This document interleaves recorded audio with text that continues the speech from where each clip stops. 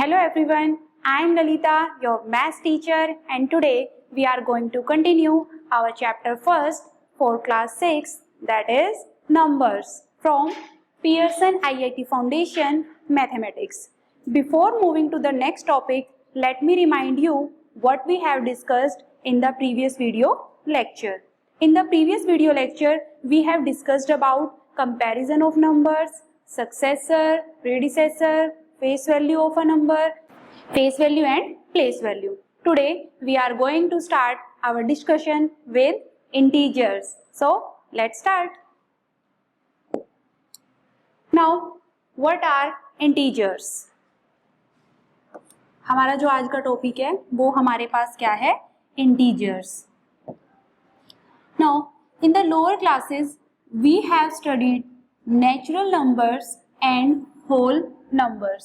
हमने lower classes में क्या पढ़ा हुआ है? नेचुरल नंबर्स के बारे में और होल नंबर्स के बारे में.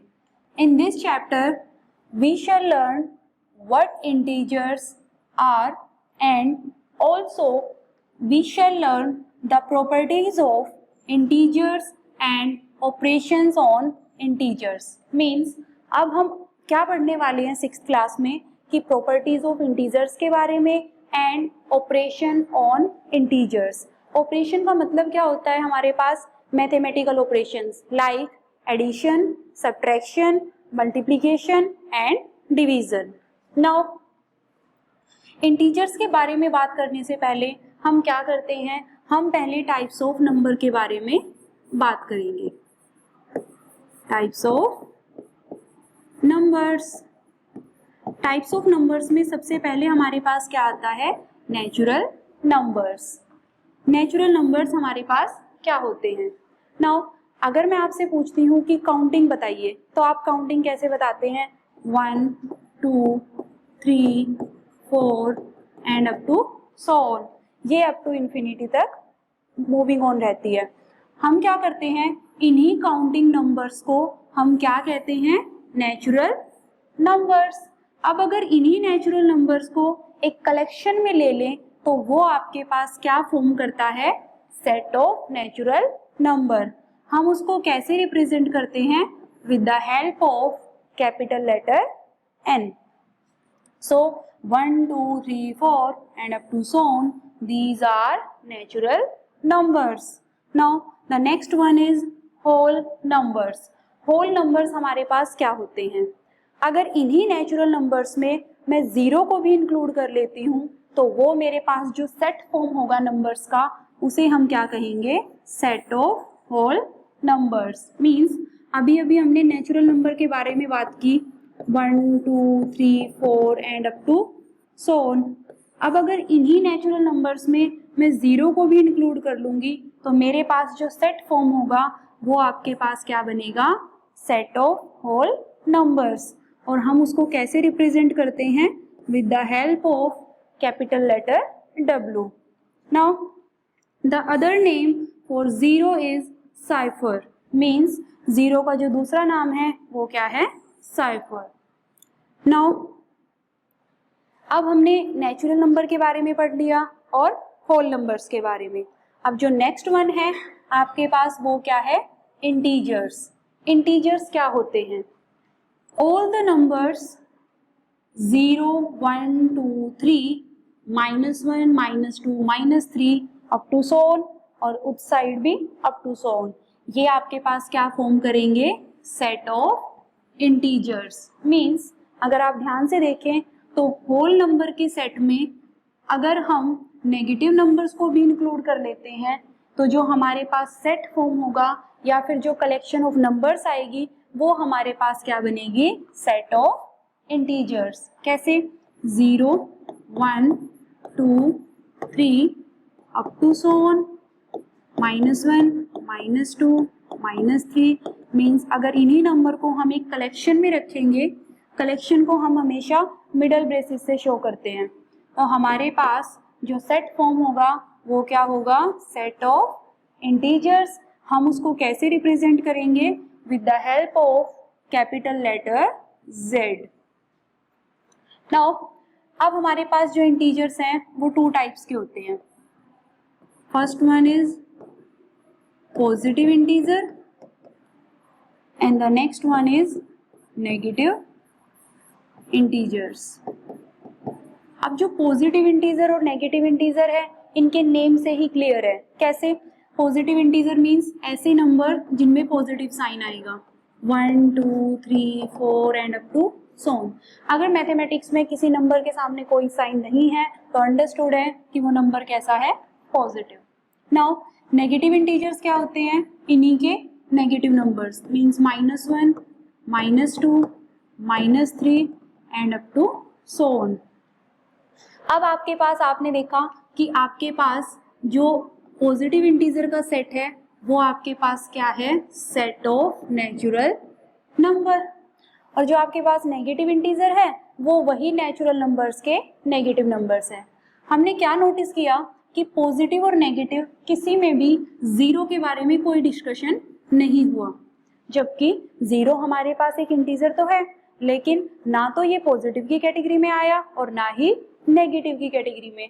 तो हमने यहाँ से क्या कंक्लूजन निकाला कि हमारे पास zero is neither a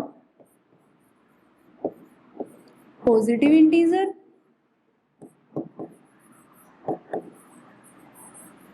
nor a negative integer. Means zero ना तो पॉजिटिव इंटीजर है और ना ही नेगेटिव इंटीजर है.